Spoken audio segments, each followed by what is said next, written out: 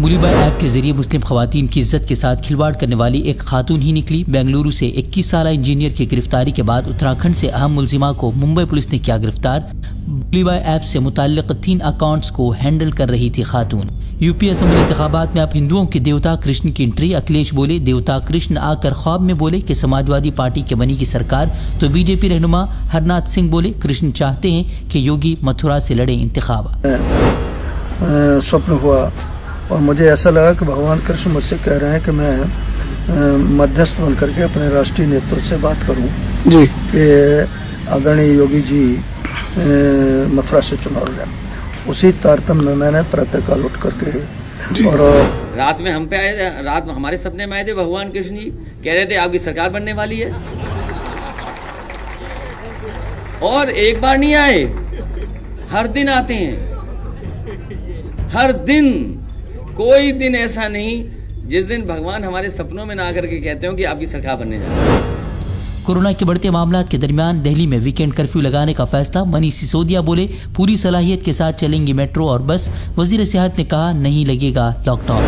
कि दिल्ली में सैटरडे और संडे को यानी वीकेंड्स पर अब कर्फ्यू रहेगा, तो लोगों से अपील है कि कर्फ्यू के दौरान बाहर ना निकलें।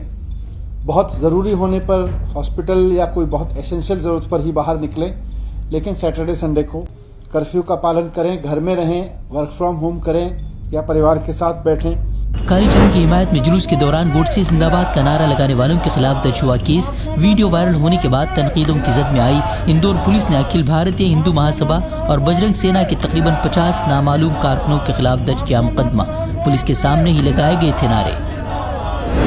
नफरत अंगेज तकारीर के जरिए हालात बिगाड़ने की कोशिशों के दरमियान नायब सदर जमहूरिया के आवाम को नसीहत। कहा हर शख्स को अपने मजहब पर अमल करने और उसकी तबलीग करने का हक। दूसरे मजाहिब का मजाक उड़ाने और माशरे में तफरुका पैदा करने की कोशिश को करार दिया काबिल मजम्मत। नफरतें न फैलाने की आवाम को दी सलाह। Think always that we respect our religion, your religion and all religions. You can propagate, nothing wrong.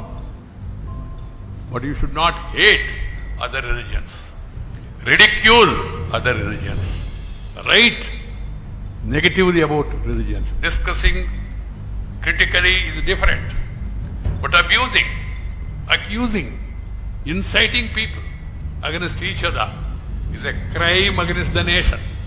This has to be understood by all.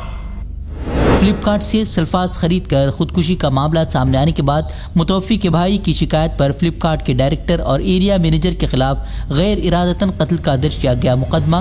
Police ने कहा तहकीकात के बाद सामने आने वाले नताइज के बाद की जाएगी मुनासिब कार्रवाई। बुलंदशहर तशद्दुद के दौरान पुलिस एहलकार सुबोध कुमार के कत्ल के मुलजिम की जमानत को सुप्रीम कोर्ट ने किया खारिज। इलाहाबाद हाई कोर्ट के फैसले को किया रद्द।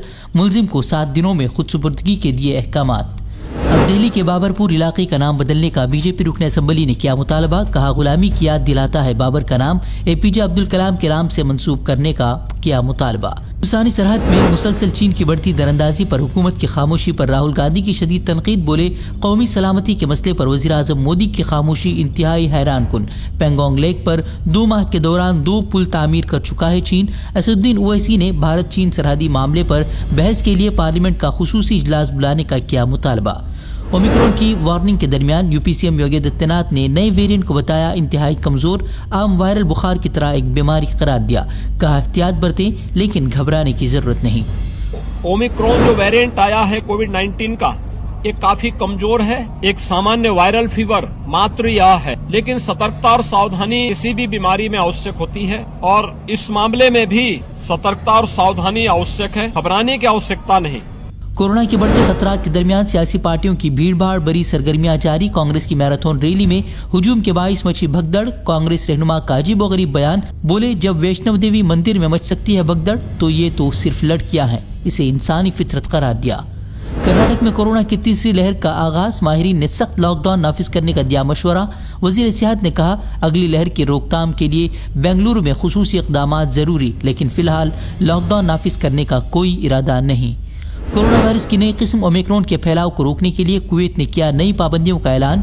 इंडोर समाजी तकरीबात मुअत्तल करने के अहकाम जारी। अपने शहरियों को फौरी तौर पर बरतानिया, फ्रांस और जर्मनी छोड़ने का दिया हुक्म। हमसे जुड़े रहने के लिए हमारे चैनल फ़िक्र खबर TV को सब्सक्राइब करें, वीडियो को लाइक और शेयर करें। मज़ीद खबरों के लिए विजिट करें फ़िक्रखबर.com।